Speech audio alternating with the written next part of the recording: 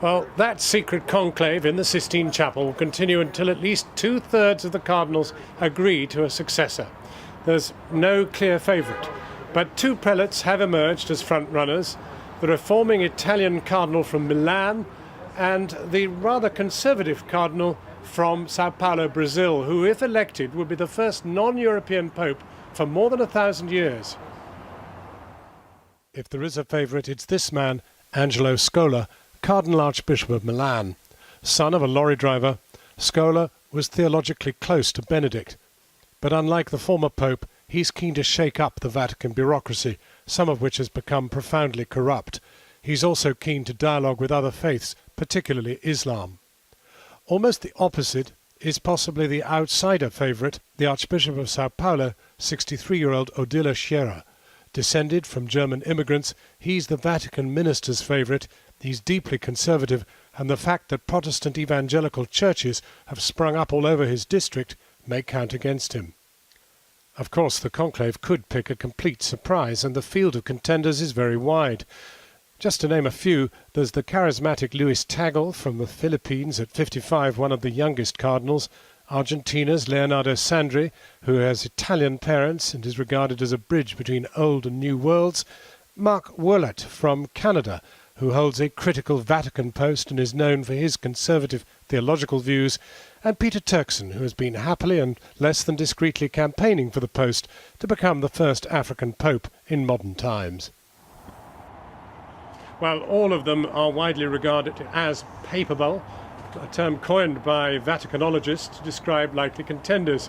Well, in the build-up to this conclave, over these last few days, even those cardinals who are now retired have joined the voting, well, not the voting, but the deliberating. Cardinals have been talking through the direction the Church should now take, and among them, Britain's lone surviving cardinal, Cormac Murphy O'Connor. At the tender age of 80, he doesn't get to vote, so he's with us now. Thank you very much for joining us, Cardinal. I want to take you back to your last experience in a conclave, and that was in 2005. And I want the door banging behind you and your first 3 hours in there. Well, what was it like? I remember it well, especially the thud of the door. And then we looked at each other, the 115 cardinals, in that extraordinary building, the Sistine Chapel, with the magnificent frescoes of Michelangelo and the Last Judgment. So it's very solemn.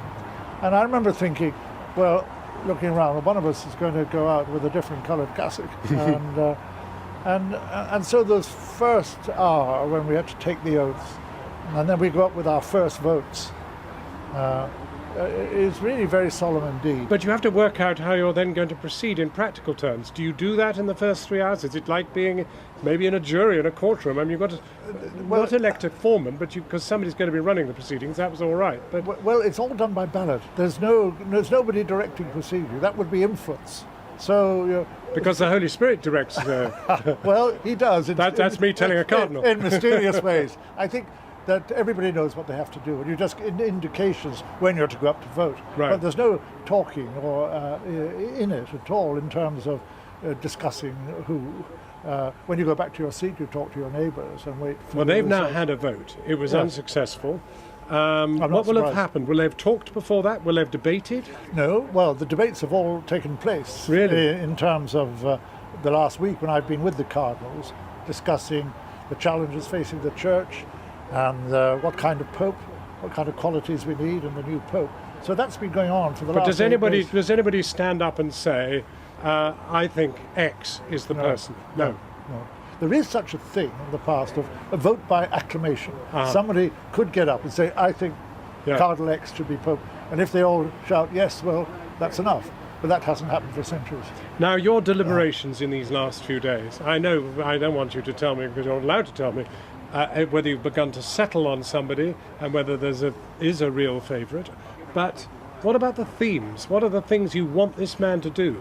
Well, I think that the first thing that we look at when we're choosing a pope is he a holy man? It's not, is he good at this or good at that, or a good strategy man, or is he a holy man filled with the life of the gospel? Well, far be it for me to suggest it, but would any of them be in there if they weren't holy men? Well, or some are more holy than others. Some are more holy than others. It's got to be a palpably holy man. And then I think he should also be someone who is able to govern, has the gift of governance. That means also choosing wisely those who are going to help him, his assistants. And I think that the cardinals would think that this next pontificate should be one in which the Pope is not only, as it were, governing and being helped by the Curia, but also have a different layers of bishops who are able to advise him. You've already identified two critical themes, holiness and management. Yeah. That distills it down to a sort of fairly interesting number. And I'm wondering whether there were, in the end, there was a sense this could move quicker than we think. Well, I think it'll be a bit slower than last time. Last time when Pope Benedict... That was 2 days. That was 2 days. It could be 3 days this time. But that's just a guess. I really don't know. They may come very quickly to the decision that this is the man we want. And he gets 77 votes, 2/3 plus 1. And secretly, if you did have a vote, do you have a name? How do you mean? Do you have a name of someone in your head that you won't disclose? I would ask you to do that, but is it in there? I have some ideas. About how many? About who? One or more? One and more. Well, I know it could be one of 5, I think. Right. But which one, I don't think I want to say, but I have an idea. Great idea. stuff. And if I'm wrong, I'm wrong. If I'm right, I'll be very happy. Cardinal, you sound young enough for me to vote. I think it's wretched you can't go in there and join them. So do I, but there you are. Thank you very much indeed for joining us, Pleasure Cardinal. to be with you. And I'll be back later in the programme. And now back to Krishnan in London.